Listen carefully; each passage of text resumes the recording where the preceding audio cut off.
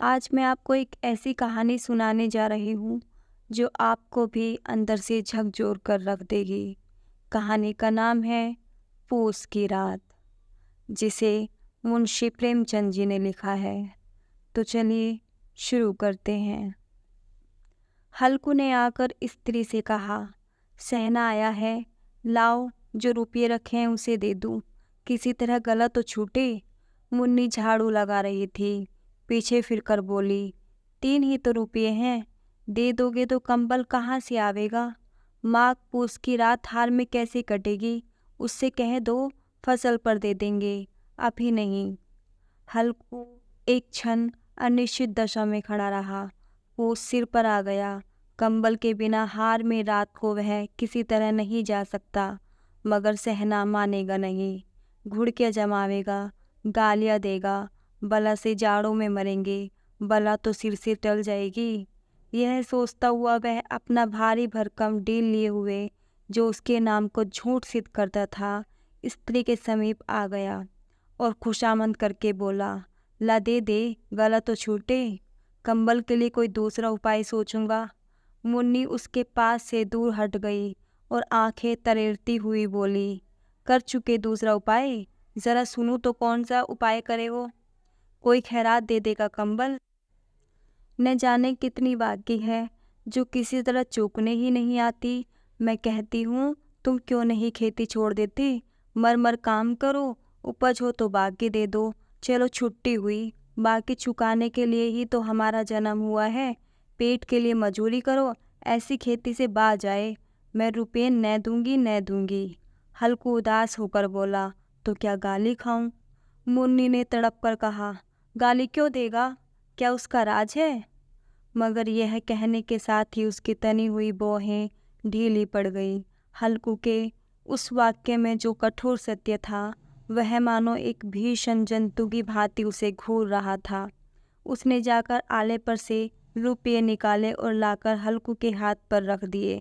फिर बोली, तुम छोड़ दो अब किसे खेती, मजूरी में सुख से एक रोटी तो खाने को मिलेगी, किसी की धोस तो न रहेगी।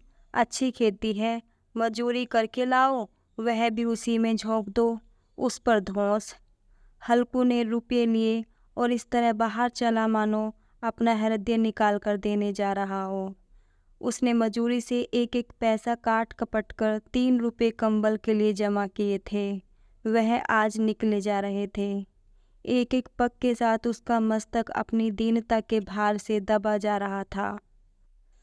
पूस की अंधेरी रात, आकाश पर तारे भी ठिठुरते हुए मालूम होते थे। हल्कू अपने खेत के किनारे ऊख के पत्तों की एक छतरी के नीचे बांस के खटोले पर अपनी पुरानी गाड़ी की चादर ओढ़े पड़ा काँप रहा था। खाट के नीचे उसका संगी कुत्ता जबरा पेट में मुंह डाले सर्दी से कूं कूं कर रहा था। 2 में से एक को भी नींद न आती थी। हल्कू ने घुटनियों को गर्दन में चिपकाते हुए कहा, क्यों जबरा, जाड़ा लगता है। कहता तो था घर में पुआल पर लेटा रहे, तो यहाँ क्या लेने आए थे। अब खाओ ठंड, मैं क्या करूं। जानते थे मैं यहाँ हलवा पूरी खाने आ रहा हूँ, दौड़े दौड़े आगे आगे चले आए, अब रो नानी के नाम को। जबरा ने पड़े पड़े दुम हिलाई और अपनी कूं कूं को दीर्घ बनाते हुए एक बार जम्हाई लेकर चुप हो गया। उसकी तेज बुद्धि ने शायद ताड़ लिया, स्वामी को मेरी कूं से नींद नहीं आ रही है। हल्कू ने हाथ निकालकर जबरा की ठंडी पीठ सहलाते हुए कहा, कल से मत आना मेरे साथ, नहीं तो ठंडे हो जाओगे। यह रांड पछुआ न जाने कहाँ से बर्फ लिए आ रही है। उठूं फिर एक चिलम भरूं, किसी तरह रात तो कटे। 8 चिलम तो पी चुका। यह खेती का मजा है। और एक एक भगवान ऐसे पड़े हैं जिनके पास जाड़ा जाए तो गर्मी से घबरा कर भागे। मोटे मोटे गद्दे, लिहाफ, कंबल, मजाल है जाड़े का गुजर हो जाए। तकदीर की खूबी, मजूरी हम करें, मज़ा दूसरे लूटें। हल्कू उठा, गड्ढे में से जरा सी आग निकालकर चिलम भरी। जबरा भी उठ बैठा। हल्कू ने चिलम पीते हुए कहा, पिएगा चिलम, जाड़ा तो क्या जाता है, जरा मन बदल जाता है। जबरा ने अब उसके मुंह की ओर प्रेम से छलकती हुई आंखों से देखा। हल्कू, आज और जाड़ा खा ले। कल से मैं यहाँ पुआल बिछा दूंगा, उसी में घुस कर बैठना, तब जाड़ा न लगेगा। जबरा ने अपने पंजे उसकी घुटनियों पर रख दिए और उसके मुंह के पास अपना मुंह ले गया। हल्कू को उसकी गर्म सांस लगी। चिलम पीकर हल्कू फिर लेटा और निश्चय करके लेटा कि चाहे कुछ हो अब की बार सो जाएगा। पर एक ही क्षण में उसके हृदय में कंपन होने लगी। कभी इस करवट लेटता, कभी उस करवट, पर जाड़ा किसी पिशाच की भांति उसकी छाती को दबाए हुए था।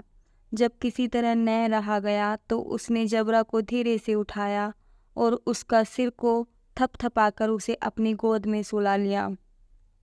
कुत्ते की देह से जाने कैसी दुर्गंध आ रही थी, पर वह उसे अपनी गोद में चिपटाए हुए ऐसे सुख का अनुभव कर रहा था जो इधर महीने से उसे न मिला था।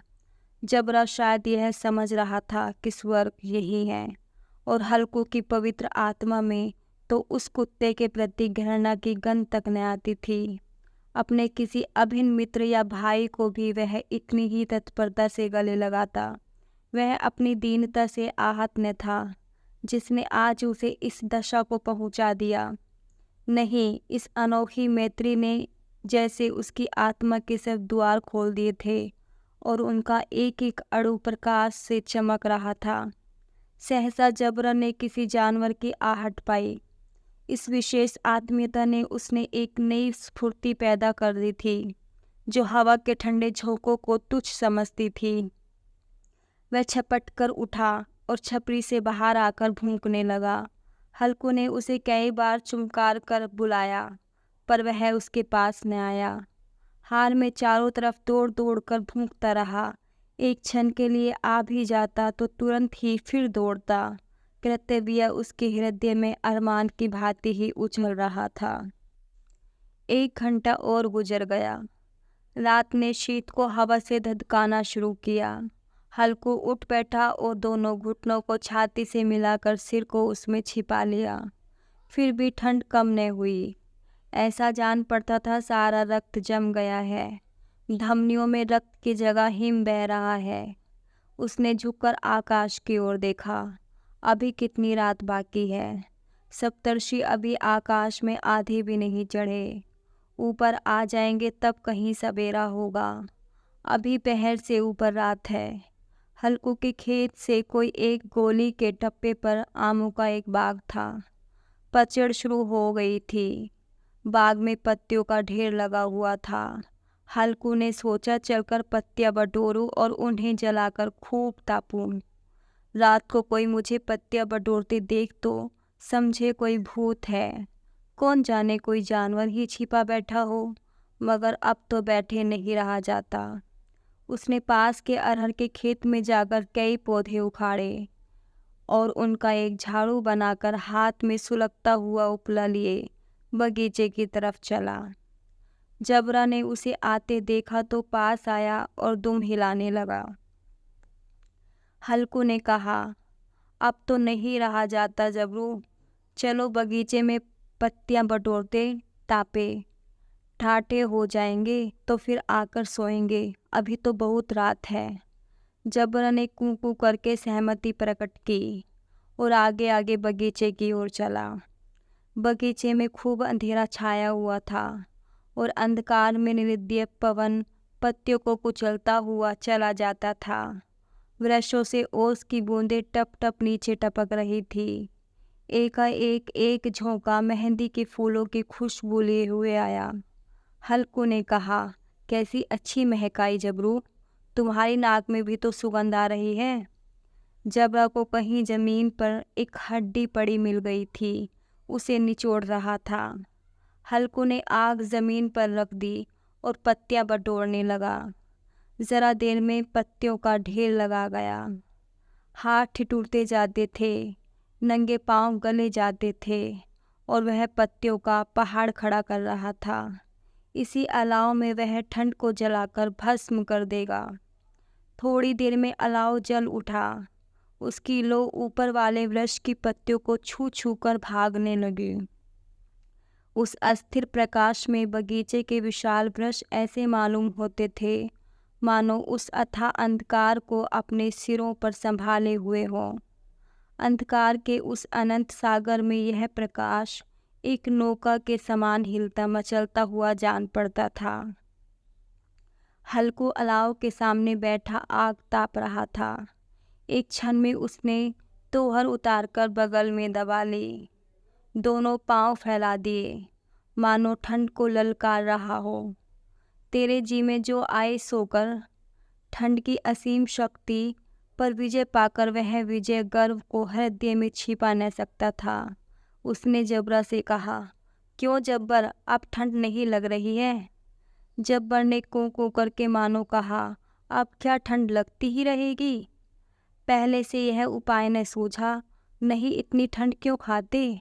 जब्बर ने पूंछ हिलाई। अच्छा आओ इस अलाव को कूदकर पार करें, देखे कौन निकल जाता है। अगर जल गए बच्चा तो मैं दवा न करूँगा। जब्बर ने उस अग्नि राशि की ओर कातर नेत्रों से देखा। मुन्नी सी कल कह मत देना, नहीं तो लड़ाई करेगी। यह कहता हुआ वह उछला और उस अलाव के ऊपर से साफ निकल गया। पैरों में जरा लपट लगी, पर वह कोई बात न थी। जबरा आग के गिर्द घूमकर उसके पास आ खड़ा हुआ।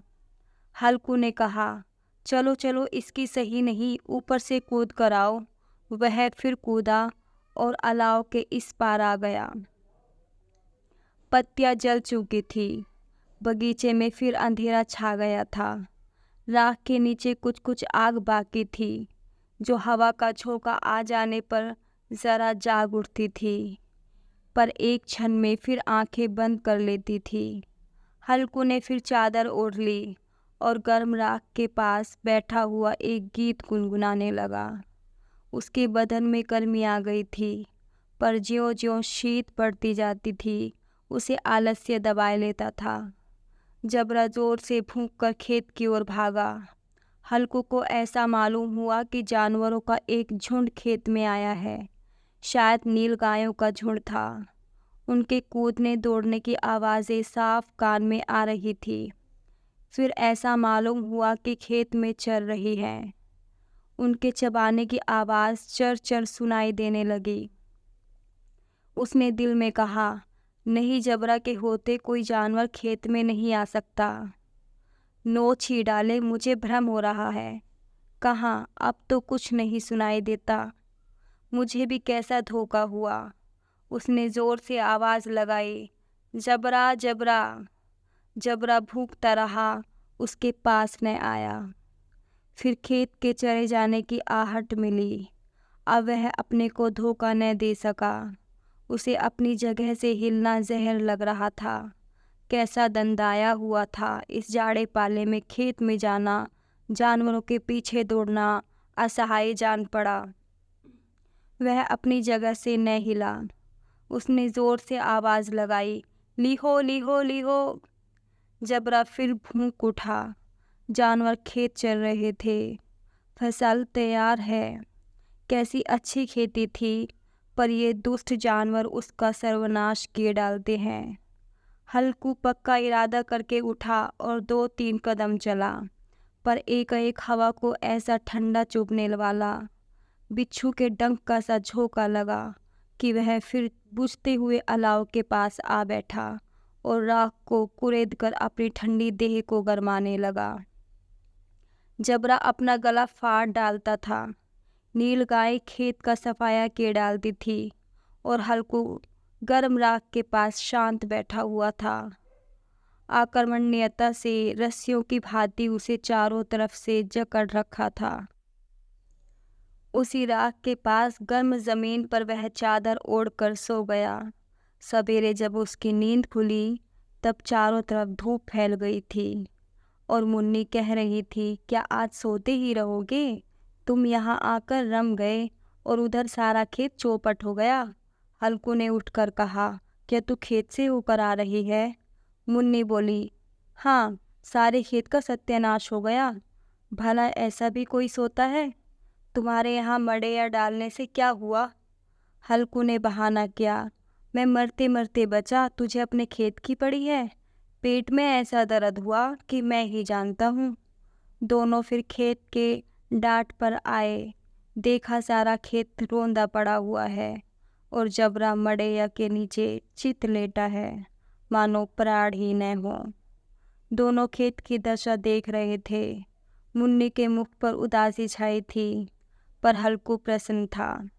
मुन्नी ने चिंतित होकर कहा, अब मजूरी करके माल गुजारी करनी पड़ेगी।